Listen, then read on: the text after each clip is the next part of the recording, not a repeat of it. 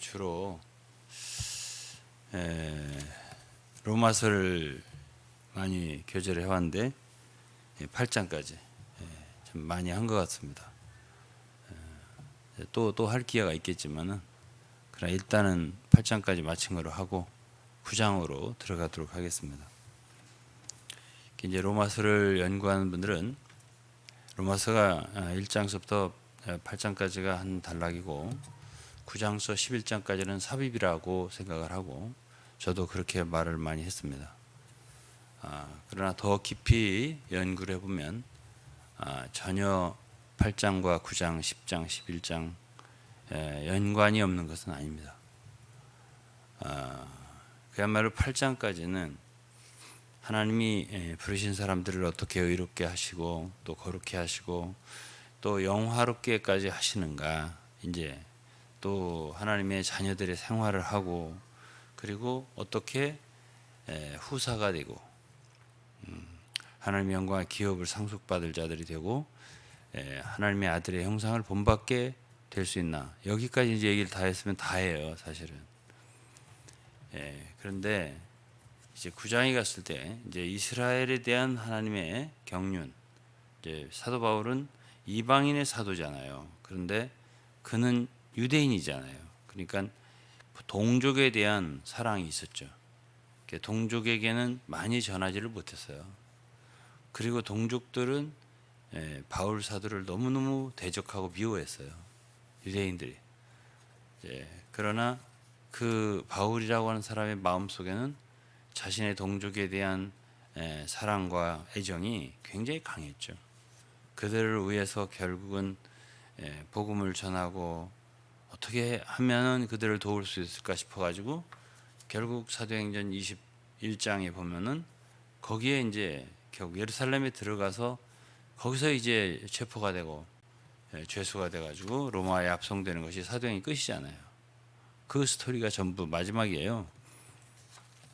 그런데 이제 그 이스라엘 백성들이 구원받기를 간절히 바라는 마음으로 쓴 것이 9장, 10장, 11장이에요. 그거에 대한 하나님의 뜻이 어떠한가를 나름대로 이렇게 말씀을 펴냈어요. 그런데 거기에서 가장 돋보이는 단어가 긍휼이에요. 그래서 오늘은 9장에 본문 말씀이 9장 15절로 16절이에요. 모세에게 이르시되 내가 긍휼히 여길 자를 긍휼히 여기고 불쌍히 여길 자를 불쌍히 여기리라 하셨으니 그런즉 원하는 자로 말미암도 아니요 다른 박질하는 자로 말미암도 아니요 오직 긍휼히 여기시는 하나님으로 말미암이니라. 그래서 이제 오늘은 제가 긍휼이라는 단어에 중점을 좀 두고 여러분들과 이 하나님의 말씀을 나누기로 하겠습니다. 특별히 로마서 9장은요. 결국 이제 8장과 조금 이어보면 그러면 어떤 사람들이 그렇게 온전하게 하나님의 영광의 후사들이 되고 참 그리스도의 형상을 이루고 만물의 천열막에 되어서 참 우주 만물이 다 그리스도에게 복종되어서 통일될 수 있는 그런 역할을 하는 사람들이 될 수 있냐? 근데 그거 누가 그렇게 할 수 있게 있냐? 그런데 그것에 있어서 이제는 9장에서 답을 줘요. 그게 뭐냐면 하나님이 하신다는 거죠. 그거는 쉽게 말해서 사람의 원함에 달려있지 않다고, 다른 박질한다고 되는 것도 아니라고, 그거는 순전히 긍휼히 여기시는 하나님으로 말미암는 거라고. 하나님 긍휼에 달렸다는 얘기예요. 그래서 이제 우리는 이제 9장에서 하나님의 긍휼이라는 말씀을 대하게 되는데, 긍휼이라는 말은 같이 쓰는 단어가 이제 사랑이라는 말하고 같이 써요. 에베소 2장에도 사랑과 긍휼이 풍성하신 하나님이, 긍휼과 사랑이 풍성하신 하나님이 같이 다니는데, 이 긍휼에는 사랑이 들어있죠. 그렇지만 긍휼이라고 말할 때는 좀 더 사랑보다 더 깊이 나아가요. 더 멀리 나아가요. 왜 그러냐면은 그냥 사랑은 사랑하는 거잖아요. 상대를. 사랑하는 건데 긍휼이라고 할 때는 사랑을 받을 자격이 없다라고 느끼는 사람들이 있을 거 아니에요. 예를 들어서 이제 제가 이야기를 하겠지만은 바울 같은 사람은 하나님의 종이 되기에 합당하다고 생각 안 할 거 아니에요. 자기가 왜? 구원만 받아도 황송하다고 생각하겠죠. 주님을 핍박했잖아요. 그리스도를 믿는 사람들을 그렇게 핍박할 수가 없이 핍박을 했잖아요. 그런 죄를 지었잖아요. 그런 사람을 그냥 구원만 해줘도 정말 감사할 텐데 그를 불러서 그렇게 귀한 종을 만들었잖아요. 그렇게 크게 쓰임을 받게 했잖아요.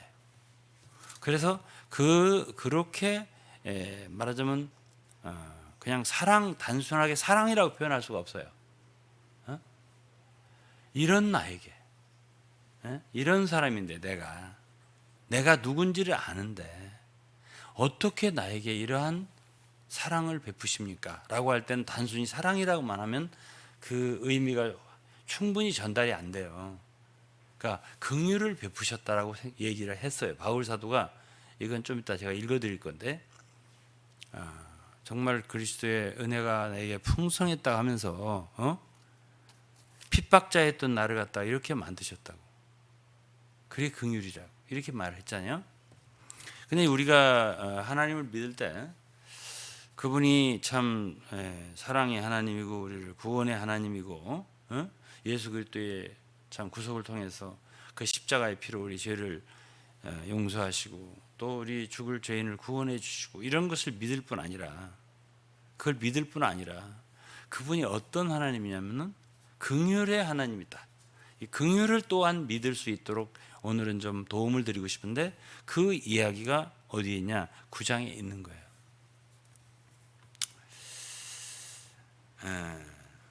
그러면 하나님이 긍휼을 아는 사람과 모르는 사람과 차이가 있겠냐 없겠냐? 차이가 있겠죠.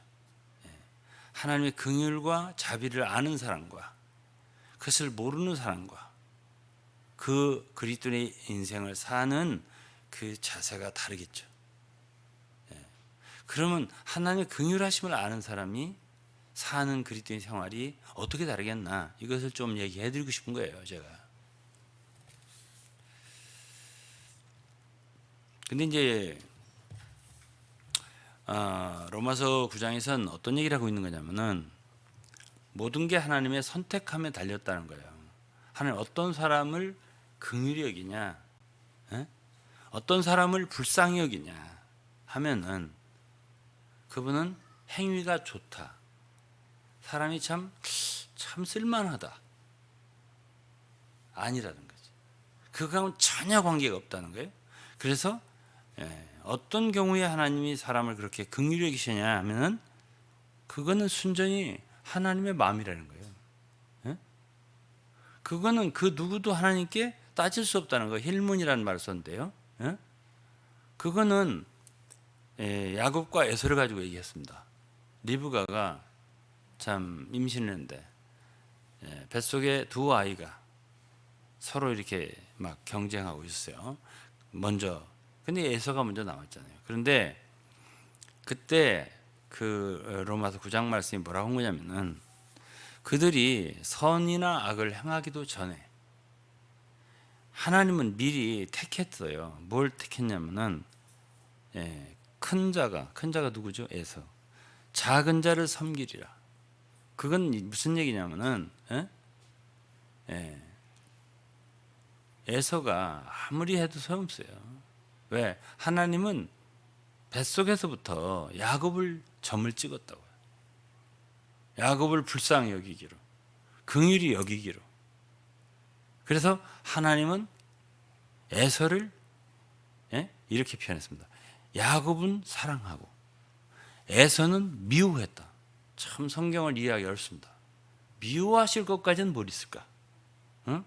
그냥 야곱을 사랑했다 이렇게만 하시면 더 멋있을 텐데 아니 하나님은 야곱을 사랑하고 에서를 미워했다고요? 그러니까 우리는 성경 갖다가 정말 단편적으로 이해할 수 없어요. 왜 그러냐면은 하나님 사랑의 하나님인데 누구를 미워하겠어요? 그런데 이렇게 모순되는 것 같은 많은 성경이 있음에도 불구하고 우리는 거기에서 진리를 갖다가 이렇게 막 이렇게 혼돈하는 식으로 생각을 안 해요. 그 말씀은 그 말씀대로 믿어지고요. 이 말씀은 이 말씀대로 믿어지는 거예요. 그것이 뭐죠? 바로 하나님의 주권을, 절대 주권을 인정하는 거예요. 그래서 그렇게 하셨다니까요. 그렇게 말씀을 하셨어요. 내가 야곱은 사랑하고 에사는 미워했다. 그러면 뭐가 야곱에게 장점이 있었느냐? 아니다. 그들이 나기도 전부터다. 그들이 선이나 악을 행하기 전부터다. 내가 뱃속에서부터 그렇게 정했다. 택했다. 이렇게 말씀을 하셨습니다. 그리고서 내가 뭐 이렇게 말했잖아요. 원하는 자로 말미암도 아니요. 달려가는 자로 다름질하는 자로 말미암도 아니요. 오직 긍휼히 여기시는 하나님으로 말미암이라. 내가 긍휼히 여길 자를 긍휼히 여기고 불쌍히 여길 자를 불쌍히 여기리라. 이거는 인용한 말이에요. 출애굽기 33장에 하나님이 모세에게 한 말이에요. 이 말을 그대로 로마서 9장에 갖다가 인용을 했습니다. 그러니까 바울이 아는 하나님은 긍휼의 하나님이에요. 바울은 그 긍휼이라는 말을 로마서 9장에서만 쓰지를 않고 많은 곳에서 사용을 했습니다. 왜? 하나님은 사랑만이 아니라 긍휼의 하나님이라는 걸 알기 때문에 그래요. 자, 그럼 오늘 여러분들은 참 하나님의 긍휼이라고 하는 참 귀한 사상을, 성경의 있는 진리를 대하게 됩니다. 우리가 생각할 때에 이제 그러면 이런 건 생각할 수 있잖아요. 하나님 어떤 사람을 좋아하지? 그거는 좀 생각해 볼 수가 있어요. 우리가 그의 선이나 악이나 행동 이건 아니지만은 그래도 그런 특징들은 약간 여러 그 택함 받은 종들을 볼 때 좀 생각해 볼 수 있는 게 있어요. 여러분들이 생각할 때는 하나님이 택한 야곱이라고 하는 사람이 에서보다 상당히 꾀도 많고 거짓말도 장하고 막 그러니까 굉장히 활동가처럼 생각하시라는 몰라도요. 아니에요. 원래 야곱은 내성적인 사람이에요. 원래가. 그리고 사람이 깊어요. 창세기 25장 27절에 이렇게 표현되어 있습니다. 창세기 25장 27절이에요. 그 아이들이 장성하며, 이 아이들 누구죠? 에서와 야곱이에요. 장성하며 에서는 익숙한 사냥꾼인 거로 들사람이 되고 들사람이 되고 야곱은 종용한 사람인 거로 조용한 사람이에요. 야곱은 종용한 사람인 거로 장막에 거하니. 여기서 우리는 우리 그냥 일반적으로 생각하는 성경을 이해하는 사람들의 생각과 다른 어떤 것이 있다는 걸 발견하게 돼요. 우리가 그냥 생각하는 야곱이 아니에요. 야곱의 특징이 있어요. 이삭도 하나님 택한 종이잖아요. 이삭도 이렇게 그의 일생을 보면은 하나님의 긍휼을 받은 사람이에요. 이삭이 뭘 했어요? 다 그저 받은 것뿐이에요. 야곱도요. 사실은 자기가 뭘 막 이렇게 하려고 해서 된 사람이 아니에요. 그 야곱의 일생을 생각해 보면 그래요. 사실 뭐 자기가 장자의 명분을 사모해서 팥죽 한 그릇으로 이렇게 해서 형에게 속임을 속여서 그거를 참 받은 거, 그리고 아버지의 축복을 대신 속여서 받은 거, 이거 외에 그거 했어요. 그거 외에 그 바람에 이제 에서는 야곱을 죽이려고 하고 야곱은 도망가지 않을 수가 없었잖아요. 그게 도망갔잖아요. 그래서 이제 그 멀리 밧다다람, 하란 그곳으로 해서 이제 삼촌 라반의 집에서 20년을 있게 됐잖아요. 자기가 계획 세운 게 아니에요. 예? 거기에 가서 라헬을 사랑했지만, 그리고 7년을 일했지만 그 라반은 대신 레아를 주어서 결국은 부인이 둘이 되고, 또 둘이 시기하다 보니까 그 시녀들을 줘서 넷이 되고, 그러다 보니까 자녀가 12이 생기고,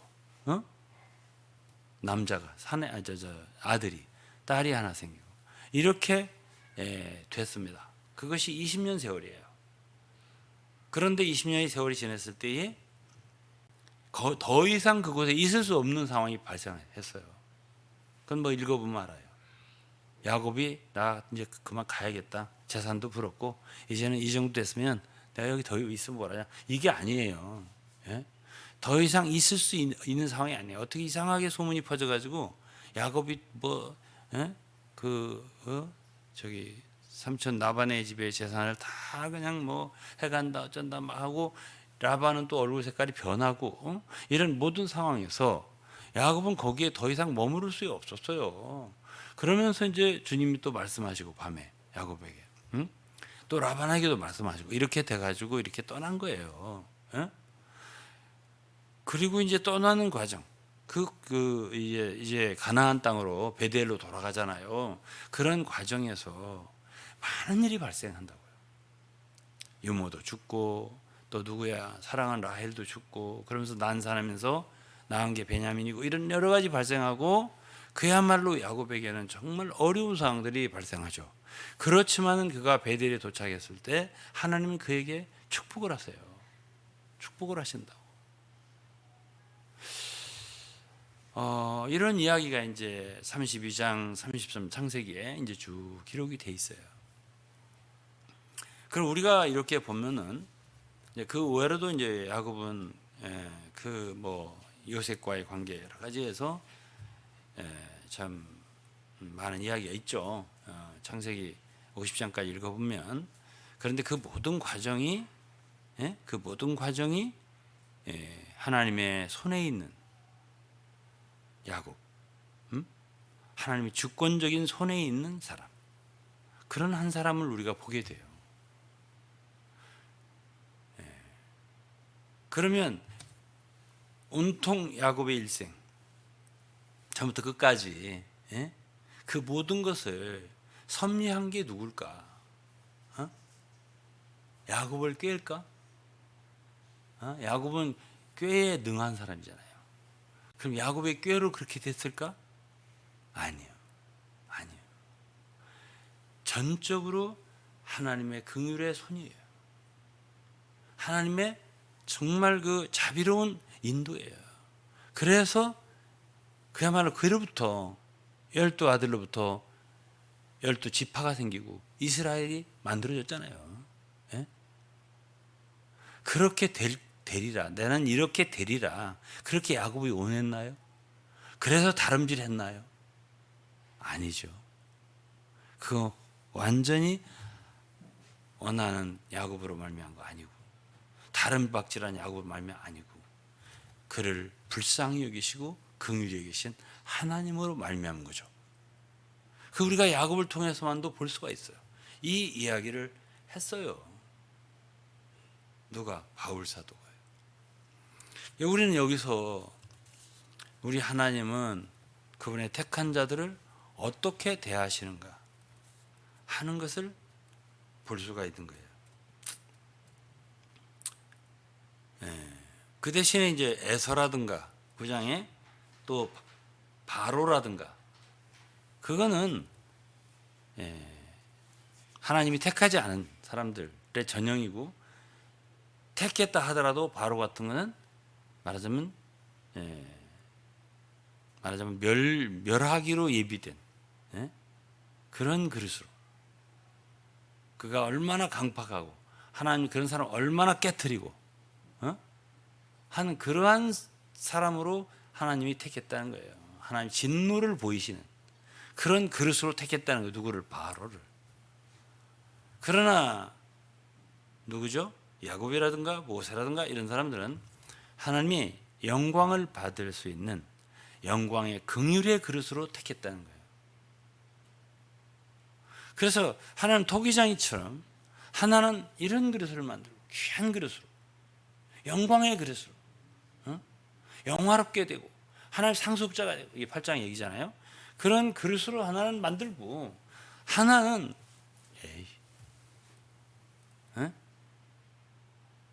는 하나님이 얼마나 말하자면 진노가 무서운지를 보이겠다. 너를 통해서 얼마나 인간이 강팍해질 수 있나. 이것도 내가 그 인간이 그런 모델도 하나가 필요하니까 내가 바로는 내가 그렇게 만든다.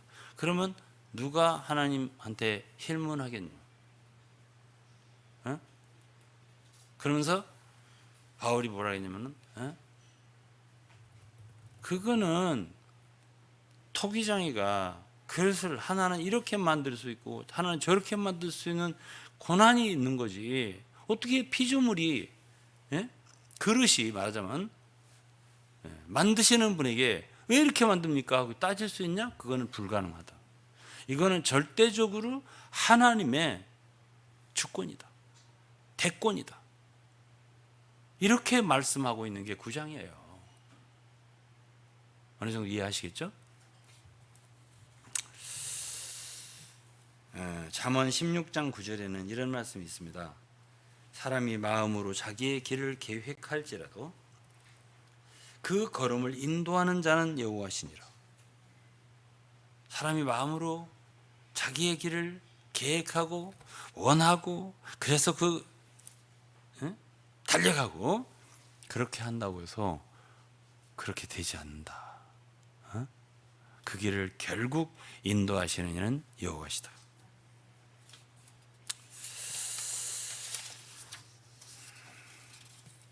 고린도후서 1장 3절에는 찬송하리로다 그는 우리 주 예수 그리스도의 하나님이시요 자비의 아버지시요 모든 위로의 하나님이시며, 여기서 자비의 아버지라는 말이, 이 자비란 말이 바로 긍휼이라는 말이에요. 영어로 읽어볼게요.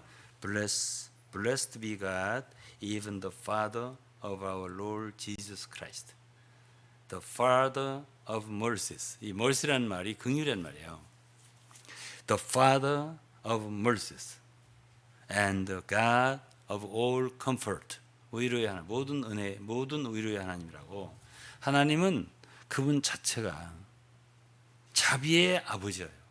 우리의 아버지는 긍휼이 많은 하나님, 긍휼을 베풀기를 좋아하시는 하나님이에요. 또 야고보서 5장 11절에는 이런 말씀이 있습니다. 보라, 인내하는 자를 우리가 복되다 하나니 너희가 욥의 인내를 들었고 주께서 주신 결말을 보았거니와 주는 가장 자비하시고 긍휼히 여기시는 이시니라. 야고보 사도가 말했어요. 주는 가장 자비하시고 긍휼히 여기는 이시니라. 여러분, 하나님을 어떤 하나님으로 생각을 하세요? 상선보락, 권선징악적인 생각으로 하나님을 생각하는 많은 사람 많아요. 제가 이렇게 많은 사람들을 이렇게 만나 보면은 내게 왜 이런 환경이 임했나 하면서 참 어려운 환경을 맞이한 사람이 나한테 상담하러 와가지고 몇 번이나 그 얘기를 하더라고요. 제가 회사를 다닐 때 삼성을 다니는 친구가 한번 나한테 와서 상담하는데 이제 전무까지 올라갔다가 어떻게 잘못돼가지고 구속까지 되고 막 그런 상황을 맞이하고 나한테 와가지고는 제가 예수를 믿는데 잘못 믿어서 그런 것 같아요. 그리고 제가 잘못하겠다면 직원들 회식할 때 술을 몇 잔 마신 그거 죄가 있는 것 같은데 그것 때문에 이렇게 된 것 같아요. 뭐 이런 소리도 하고 여러 가지 제가 이제 말을 하는 걸 들으면은 그리스도인들의 생각이 여전히 상선벌악적인 개념.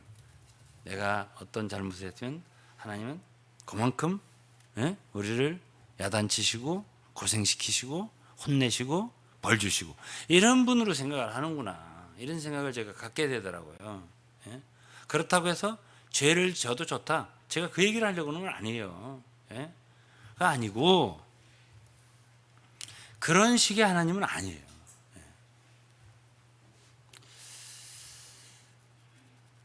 왜 그럼 하나님은 그렇게 긍휼을 베푸시기를 기뻐하실까? 이 생각을 제가 해봐요. 저는 그렇게 생각해요. 하나님은요, 그분의 자녀들을 통해서 결국 얻고 싶은 것이 찬송이에요. 찬송. 그래서 저는 저 얘기도 좀 할게요. 저를 생각할 때 왜 하나님이 나에게 긍휼을 베푸셨을까? 이 생각을 해요. 그러면 찬송을 받기 원하셨구나. 나는 어쩌면은 그날에 하나님의 긍휼에 대해서 제가 긍휼에 대해서 찬송을 지은 게 있습니다. 긍휼에 대해서 최고 많이 찬송을 해야 할. 그래서 저는 그 영원토록 찬송할 게 뭐가 그렇게 있을까? 영세토록 찬송을 한다고 하죠. 성경에 영원토록 찬송이 뭐가 있을까? 한두 번 찬송하면 됐지. 그런데 제가 있잖아요. 인생을 오래 살고 보니까 정말 하나님이 그렇게 영원히 찬송해도 부족할 만큼 우리에게 긍휼을 베푸시는 하나님이라는 걸 알았어요. 우리가 그렇게 찬송할 거리를 만들어 주시는 분이라는 걸 알았어요. 제가.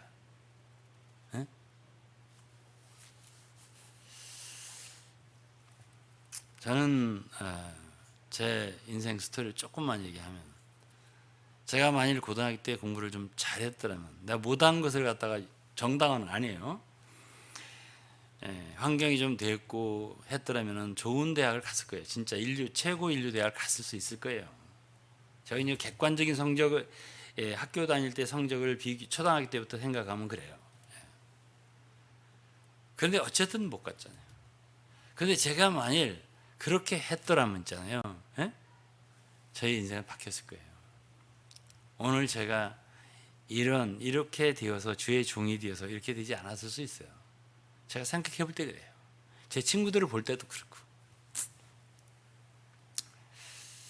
그래서 이제 제가 대학교 3학년 때 구원을 받고 대전에 있었잖아요. 구원을 받았어요. 만일 제가 당시에 서울에 있었다면, 이제 서울로 대학에 왔다 이거야 가령, 그러면 제가 그 전도자를 못 만났겠죠. 구원을 못 받았겠죠. 긍휼을 입었다. 내가 긍휼을 입었다고 할 때 첫 번째가 구원을 받는 거예요. 주님 만나는 겁니다. 그게. 지금 이제 사도 바울이 9장, 10장, 11장에서 긍휼을 입은 것에 대해서 얘기하는 것마다 무엇이냐 보면은 믿고 구원받는 거예요. 그 사람이 긍휼을 입은 사람이라는 거예요. 진정으로 믿고 구원받았어요. 그 사람은 긍휼을 입은 사람이라는 거예요. 그 얘기를 쭉 하고 있어요. 왜 지금 유대인들은 긍휼을 얻지 못하냐? 왜 불순종하냐? 이제 이런 얘기 쭉 설명을 했잖아요. 그 대신에 여러분들에게 그 긍휼이 넘어갔잖냐? 이런 얘기를 쭉 하잖아요. 구원받는 거예요. 그럼 제가 만일 공부는 잘했어. 좋아요.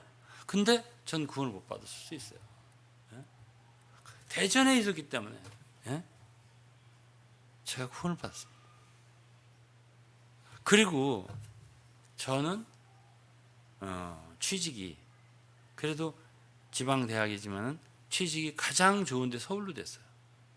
그야말로 누구나 가기를 원하는, 그야말로 최고의 유수한 대학 아니면 받아주지 않던 회사의 인사부에 취직이 됐어요.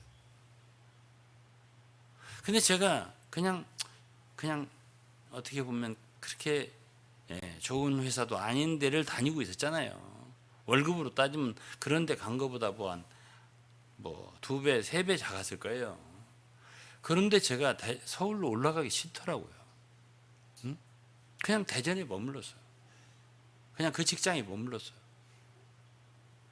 그 바람에 제가 아내와 결혼을 한 거예요. 제가 만약 그때 서울로 가서 직장을, 그러면 또 제 인생이 달라졌을 거예요. 그러면 제 아들 목사나 누구나 우리 지은이, 정은이 없는 거예요. 완전히 바뀌는 거지, 그건. 그야말로. 근데 왜 그때 내가 안 갔나? 별거 아니에요. 이유도 꼭 가려고 하냐 그러더라고 선교사님이 나에게. 예? 뭐 대단한 일도 아니고 나에게는. 예? 그러니까 그냥 대전에 머물렀는데 다시 조금 세월이 지나니까 대전을 떠나지 않을 수가 없었어요. 그게 79년도인데요. 예? 79년도 그 정도 될 것 같아요. 예. 서울로 올라가지 않으면 안 됐어요. 중앙회에 올라갔어요. 제가 거기서 근무를 하는데 한 번은 또 대학 총장님이 오셔가지고 또 그분이 이제 어디 금융기관에 참 회장이 됐어요. 예? 뭐 다 이름만 되면 다 아는 지금 직업들이에요. 야구 선수 여기다가 다 써붙이고 나오는 이름들이니까 거기에 회장이 되셨어요. 유성에 연수원이 있어요. 그곳에 제가 30살 정도 됐을 거예요. 교수부장으로 오래요. 그럼 미국으로 유학을 갈 수 있대요. 보내줄 거래요. 근데 제가 안 갔어요. 그냥 서울에 있었어요. 제가 만약 다시 대전에 내려와서 다시 그럼 또 제 인생이 바뀌었을 거예요. 많이 바뀌었을 거예요. 그냥 서울에 있었다고 그냥. 예?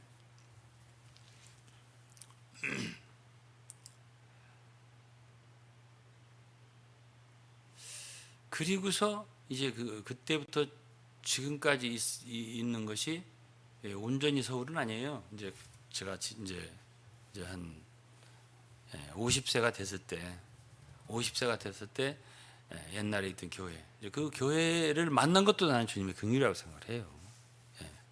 왜냐하면 그때 당시에 초창기에 제가 구원을 받고 예수를 믿었을 때 정말 복음을 아는 한국의 단체가 몇 개 안 됐어요, 사실은. 근데 좀 이상하게 변했지만은 교회들이, 그런 단체들이, 그러나 그때는 거기에 복음이 있었어요. 그런 곳에 인도해 주신 것도 주님의 긍휼이에요. 근데 제가 말하자면 40세 정도 됐을 때, 한 33세에 주님이 부르셔서 내가 나왔잖아요. 40세 정도 됐을 때까지 한 7, 8년. 저는 이제 그때 안배된 것이 문서선교회, 문서사역. 항상 성경을 대하고 연구하고 책을 내고 이런 일만 한 거예요. 한 7, 8년 세월이. 그러니까 저는 정말 학교 다니 공부 안 했다고 했잖아요. 그때서부터 이제 책상에 앉아서 영어를 번역한 것을 자꾸 감수하고 또 확인하고 이렇게 해서 책을 또 내야 되고 이렇게 해야 되니까 얼마나 연구를 했겠어요. 성경을 또 얼마나 읽었겠어요. 그리고 이제 기도를 참 많이 했던 기억이 있어요. 1시간, 2시간씩 하루에 항상. 그래서 이제 그런 기도하고 이런 세월을 보내다가 한 40이 넘었을 때 저는 한 번도 외국에 나가서 선교하리라 이런 계획을 세우고 내가 그걸 원하고 그렇게 해서 내가 하리라 뭐 이렇게 한 적 없어요. 제가 영어를 이렇게 좀 해야 되겠다라고 한 것도 직장을 내놓고 나와서 이제 영어 서적을 주로 많이 번역을 했으니까 이것을 이때 완전하게 해놔야 되겠다 이런 생각이었지, 저는 외국에 나가서 내 영어로 전하리라 그래서 한 건 아니에요. 그래서 어쨌든 참 기도를 많이 했었는데 41살쯤 됐을 때 이제 주님이 길을 외국으로 연 거예요. 몽골서부터. 그때 이제 나가기 시작했어요. 몽골에. 그래서 그렇게 해서 나가기 시작한 나라, 다니면서 복음을 전하는 나라가 한 18, 19나라가 되는 거예요. 자, 그러면 제가 그런 모든 한 가지 한 가지를 내가 그렇게 원하고 그렇게 갈망하고 추구해서 얻은 것인가? 그건 하나도 없어요, 제가. 그리고 결국 50세가 됐을 때 거기서 나오지 않을 수 없었어요.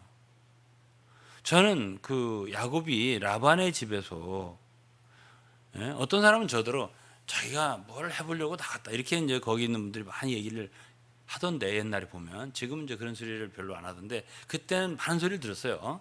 그러나 그건 제 사정을 모르는 사람들이에요. 제가 그곳에 더 있을 수가 없었어요. 그거는 거기 계신 내 가까이 있었던 그 리더들, 그분들이 입에서도 했던 말이에요. 예? 이거는 어쩔 수 없는 것 같다. 저도 그때는 어쩔 수 없었어요. 예? 예. 떠날 수밖에 없고. 이제 그런 상황이 됐을 때 제가 이제 그들과 분리가 됐잖아요. 어쨌든. 그리고서 이제 20년, 21년 세월이 흐른 거예요, 지금.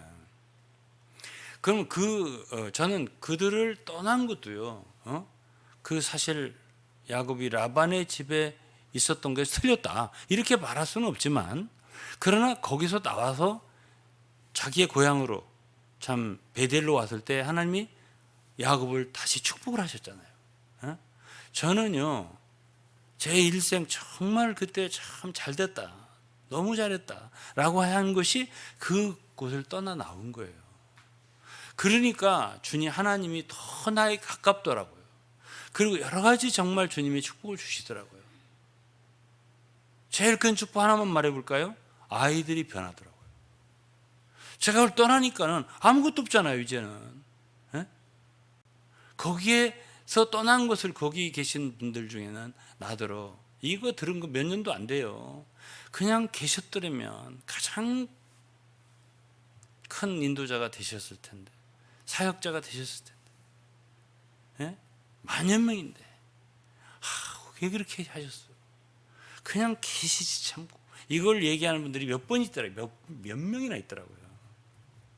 그런데요, 그건 그분들의 나름대로 나를 사랑하는 얘기고, 저는 일생에서 참 그보다 나에게 큰 긍휼을 베푸신 게 없다라고 생각이 되는 거예요. 예? 그래서부터 얻은 나 개인의 은혜와 유익은 이루 말할 수가 없어요. 그러니까 이게 간단하게 말하면 우리 아이들이 변했어요. 아무것도 없으니까 우리 아버지는 정말 뭔가 한다면 진짜 하는 분이네. 예? 아니 저렇게 할 수 있다면 저렇게 많은 것을 갖다가 20년 25년 해서 쌓아놓은 업적을 다 뒤로 하고서 아무것도 없이 나올 수 있는 거라면은 이게 뭐가 있는 게 아니겠냐는 생각을 한 거예요. 저는 그런 것들이 부수적으로 얻어지리라는 생각은 못했어요. 그냥 저는 그렇게 할 수밖에 없으니까 나온 거죠. 그런데 제 자신이 이제 변해가는 걸 발견한 거예요. 제 자신이. 주어지는 여러 가지 부수적인 축복은 고사하고 제 자신이 변해가는 걸 발견하는 거예요. 그건 말로 설명할 수가 없어요, 제가. 어떻게 변했냐? 그걸 나더러 말해라. 여러분이 말해라. 그럼 제가 어떻게 그걸 다 말하겠어요? 그러나 그것만큼은 사실이에요. 이 세상에 살면서 자신이 참 그리스도의 형상을 향해서 자기가 그래도 변화되어 간다, 이거보다 큰 기쁨은 없는 거예요. 예? 밖에 무슨 많은 일을 했다, 이거는 그게 중요한 게 아니에요. 물론 나왔기 때문에 제가 참 책도 그렇게 많이 쓸 수가 있었겠죠. 예? 또 많은 면에 참 시간이 많으니까, 만일 그곳에 있었으면 여기저기 다니면서 말씀을 전하고 사역을 하고 하기 때문에 국내 외국으로 해서 이렇게 시간 많지 않았어요. 저는 지금도 하루에 전화가 오는 게 한 통, 그죠? 없던지 이런 때 거의 대반입니다. 그 얘기를 제 동생한테 했더니, 아니 목사님이 어떻게 이렇게 전화가 없습니까? 나한테 그러더라고. 그런데 엊그제 이제 어떤 한 목사님이 전화를 했어요. 전화를 하는 일이 없으니까 안 보고, 아유 택배예요? 왜 누가 나한테 뭘 보낸다니까 택배인 줄 알고 택배예요? 그랬더니 아니에요. 전화를 2통이나 왔어요, 저한테. 그래서 이제 제가 전화를 거꾸로 하면서 택배 회사냐고, 왜냐하면 누가 뭘 좀 보내준다고 하는 바람에 그게 혹시 오늘 전화를 했나 했더니 택배가 아니에요. 네. 그분은 이제 어느 곳에 참 우리나라에서 유명한 TV에도 많이 나오는 이단 연구소 소장이에요. 나하고 직접 만난 적은 없어요. 대화한 적이 없는데 그곳에 와서 한번 강의를 좀 하루 해달라고 그 부탁을 하려고 전화를 한 거예요.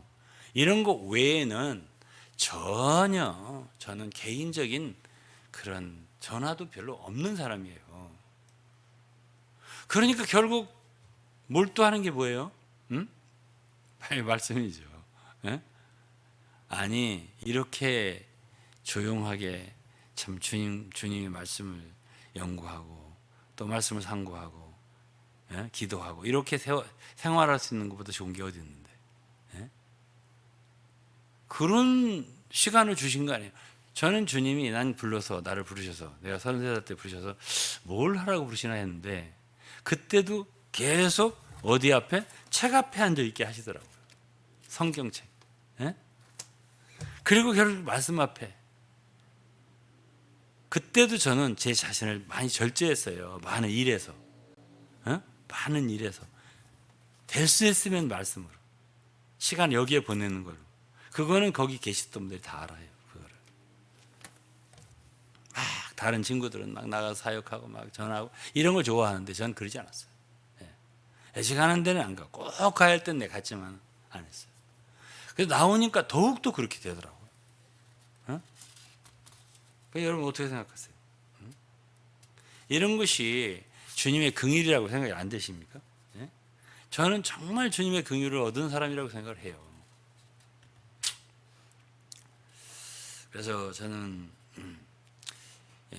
지금까지 이렇게 살아오고 주님을 섬겨온 모든 과정을 생각하면은 내가 누군지를 알기 때문에 바울은 뭐 자기에 대해서 참 핍박자요, 뭐 포행자요, 뭐 이런 표현을 썼어요. 그런데 하나님께서 일체 긍휼을 베푸신 것은 하면서 이제 쭉 얘기를 했는데 저도 제 자신이 어떤 사람인지 알기 때문에 제 행한 대로 한다면은 하나님이 저를 그렇게 대하시면 안 돼요. 무진장 벌을 내리셨어야 돼요. 제가. 그런데 주님이 그렇게 안 하니까 내가 항상 미안하고 황송하고 죄송한 생각이 항상 있어요. 그럼에도 불구하고 주님이 나에게 베푸신 긍휼과 자비 너무 큽니다. 제가 정말 몸둘 바를 모릅니다. 주님. 이런 생각을 늘 하거든요. 기도할 때마다 말씀을 드려요. 그래서 긍휼을 아는 사람과 모르는 사람의 차이가 있냐? 저는 있다고 생각을 해요. 어떤 차이가 있겠나? 그렇게 너무 노심초사하고 너 그러면 안 돼, 나 그러면 안 돼, 내 아들 그러면 안 돼, 내 딸 그러면 안 돼, 속상해, 나 뭐 죽겠다 나. 뭐 이런 식으로 너무 안 해. 그렇게 왜 그러냐? 그렇게 하나하나 다 하나님 뜻대로 돼요. 결국 소용없어요. 그러니까 하나님의 긍휼을 아는 사람의 태도가 좀 달라요. 뭐 원해지기도 하죠. 그렇게 안 됐으면, 그렇게 됐으면 이런 게 원함은 있지만 그것에 대해서 그렇게 제가 뭐 노심초사 그렇게 안 해요. 여러분들이 저를 주위에 좀 지금까지 지내면서 보셨을 거예요. 뭘 그렇게 달라붙어서 안 하잖아요, 제가. 왜 그러냐면 제가 지금까지 살아보니까 결국은 주님의 뜻대로 되더라고요. 그리고 지금은 안 좋아 보여도, 지금 당장은 안 좋아 보여도 나중에 보니까 그 주님이 얼마든지 쓴 물을 단물로 화할 수가 있게 상황을 변케 하시더라고요. 그러니까 당장을 보고서 막 미친 듯이 막 그러지 않아요, 제가.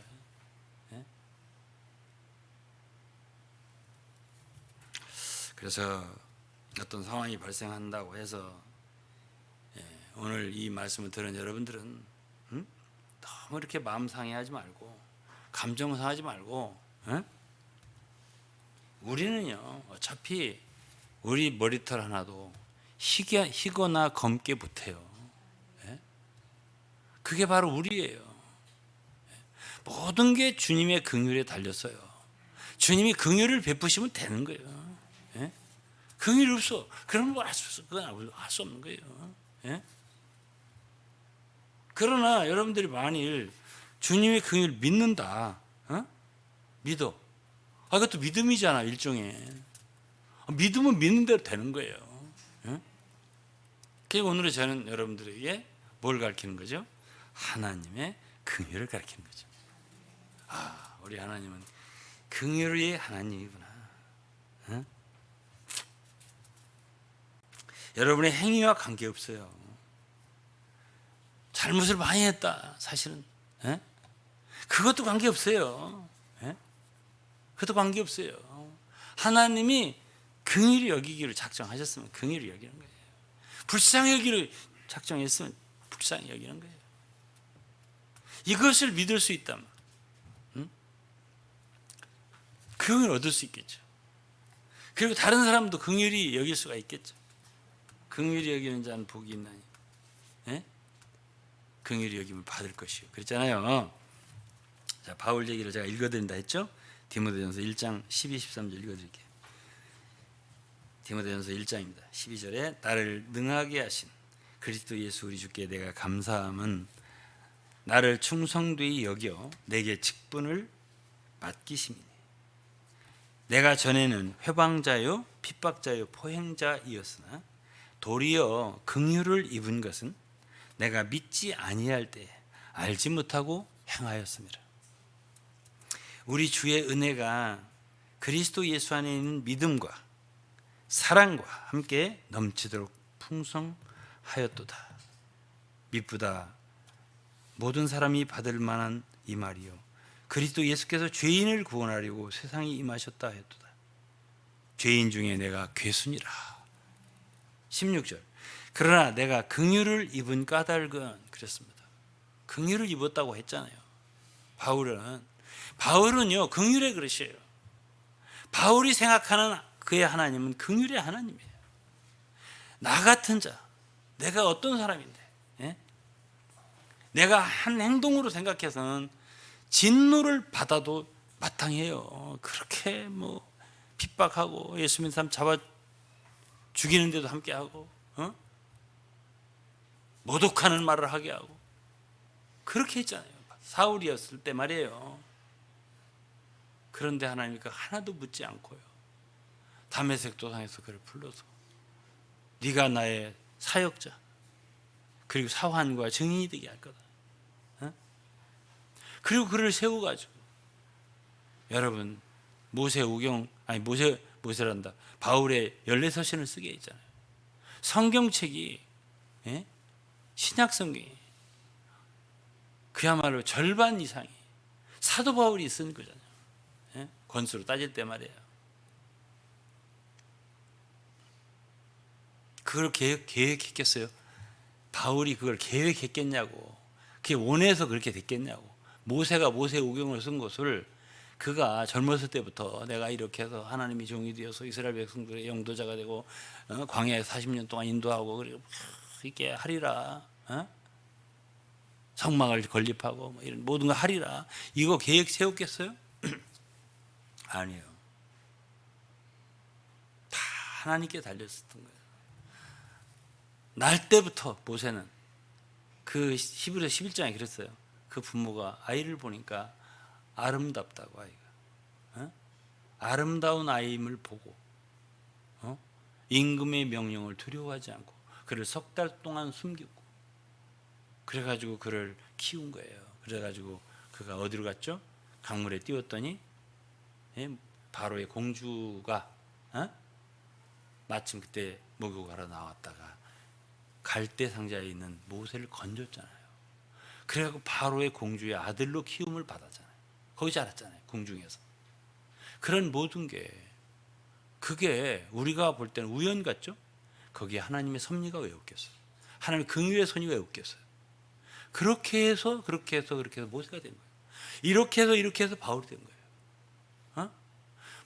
바닷가에서 고기 잡을 때 베드로나 요한이 어부예요. 아니 그들이 이 세상에 말이죠. 그렇게 귀한 12사도 중에 수제자들이 될 수 있겠어요? 그게 자기 마음이었겠어요? 모든 게 하나님 손에 달렸다면 우리는 하나님의 그 놀라우시고 위대한 주권을 인정하지 않을 수 없어요. 응? 겸손해요. 겸손해야 돼요. 그렇기 때문에 하나님을 경외해야 돼요. 그분의 주권을 경외해야 돼요. 마지막으로 읽어드릴 부분은 에레미야 애가서 3장입니다. 22절입니다. 여호와의 자비와 긍휼이 무궁하심으로. 여호와의 자비와 긍휼은 그냥 어느 정도 한계가 있는 게 아니에요. 어느 정도까지는 내가 긍휼을 베풀다가 안 되면 에이 안 되겠네, 이게 아니라는 것이. 예? 여호와의 자비와 긍휼이 무궁하심으로 한이 없는 거예요. 우리가 진멸되지 아니함이 이것이 아침마다 새로우니 매일매일 긍휼을 얻을 수 있다는 얘기예요. 매일매일 자비와 은혜를 얻을 수 있다는 얘기예요. 무궁하니까. 주의 성실이 내게 크도소이다. 내 심령이 이르기를 여호와 나의 기업이시니 그러므로 내가 저를 바라리라 하도다. 무릇 기다리는 자에게나 구하는 영혼에게 여호와께서 선을 베푸시도다. 사람이 여호와의 구원을 바라고 잠잠히 기다림이 좋도다. 저가 비록 근심케 하시나 그 풍부한 자비대로 뭐라고죠? 긍휼히 여기실 것임이라. 마지막으로 읽어드릴 말씀입니다. 긍휼을 구할 수 있어요. 긍휼을 믿을 수 있고요, 긍휼을 구할 수 있어요. 긍휼히 여기기를 기뻐하시는 분이니까. 그래서 오늘은 사랑하는 성도 여러분과 로마서 9장을 통해서 하나님의 긍휼을 묵상을 했습니다. 참 하나님께서, 우리 아버지 되신 하나님께서 우리 사랑하는 성도들과 가족들과 오늘 이곳에 예배해 오지 못한 이곳저곳 처소에서 예배하는 이 말씀을 듣는 모든 분들에게 하나님의 긍휼이 풍성하게 함께 하시기를 바라겠습니다. 기도하겠습니다. 하나님 아버지 감사드립니다. 오늘은 귀한 로마서 9장의 말씀, 하나님은 긍휼히 여길 자를 긍휼히 여기시고 불쌍히 여길 자를 불쌍히 여긴다고 하셨고, 그것은 사람이 원한다고 되는 것도 아니고 달린다고 되는 것도 아니고 오직 긍휼히 여기는 하나님으로 말미암다 하셨습니다. 하나님 모든 게 택하심에 달려있다 하셨습니다. 하나님 우리를 택하여 주심을 감사합니다. 택함의 증거는 저희들이 그리스도 예수를 믿었다는 것이고 참으로 진리를 믿었다는 것입니다. 그것이 바로 저희들이 긍휼을 얻은 증거입니다. 하나님 우리 사랑하는 성들을 더욱 불쌍히 여기시고 긍휼히 여겨 주셔서 참으로 하나님의 귀한 그릇들로 모두 사용해 주시기를 기도드립니다. 예수 그리스도의 이름으로 감사하며 기도했습니다. 아멘. 네, 저하고 찬송을 하나 불러요. 복음성가 5장입니다.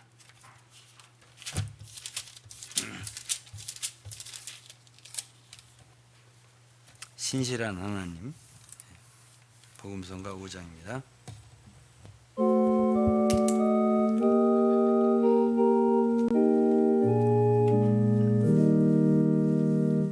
신실한 하나님 은혜 아버지, 영원히 변찮는 그 큰 사랑, 긍휼과 자비로 날 품으시니 언제나 당신만 향합니다. 신실한 하나님, 신실한 하나님, 긍휼과 은혜가 풍성하셔 내